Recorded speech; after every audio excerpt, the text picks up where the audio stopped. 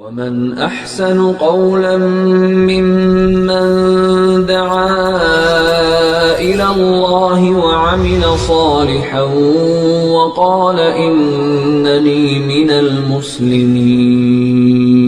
Today, so many people I meet around the world have the same questions. Wallahi al-Azim. It doesn't matter which part of the planet you go, people have the same confusions today. Same questions over and over again. And one of the most common questions I hear is people say, you know, there are so many different versions of Islam. So many different videos about what the Quran means or what hadith means. And some people believe in this and other people believe in that. This sheikh gives this fatwa, that one gives that fatwa. Should I follow this or should I follow that? Somebody says this is halal, somebody says this is haram. I don't know anything anymore. It's all confusing.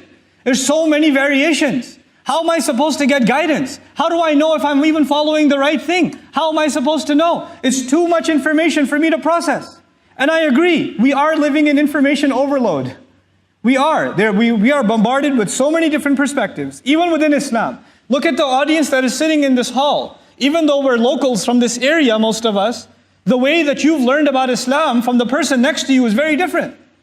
The teachers you've had, the people you've been exposed to, the lessons you've learned, they're very different from each other. So there's a lot of variation in how we are exposed to Islam, and a person gets overwhelmed and says, how am I supposed to know if I'm even following the right thing? And you know what? This ayah is the answer. I don't guarantee guidance, and YouTube doesn't guarantee guidance.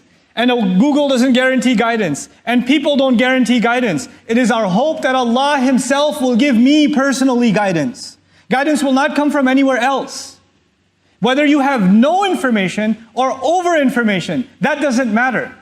That Allah will guide you to the right course depends on how much you asked Allah, not anyone else. And once you ask Allah, you don't have to be nervous anymore because you have absolute certainty that Allah will give you guidance. He does not turn anyone away. Getting guidance from Allah is not difficult.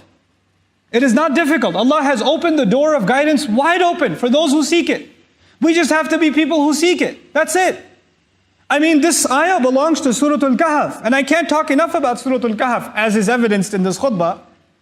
But these Ashabul Kahf, these people of the cave that we read about every Friday, these people have no prophet around them, no alim around them, no sheikh around them, no sahabi around them. They're by themselves, and they live in a village where everybody worships idols. And they come to a conclusion that, you know, there can only be one God.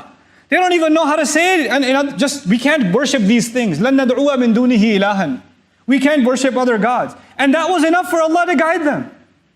With no knowledge, with no revelation, nothing. That was enough for Allah to guide them, and guide them so much that today, people who study the deen for years and years and years, study tafasir of these young men who knew nothing compared to the ulama that learned from them.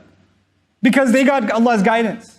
Because Allah would give them guidance. Because it doesn't matter how dark your situation is, how hopeless it is. When you have hope in Allah, that's enough. That's just enough.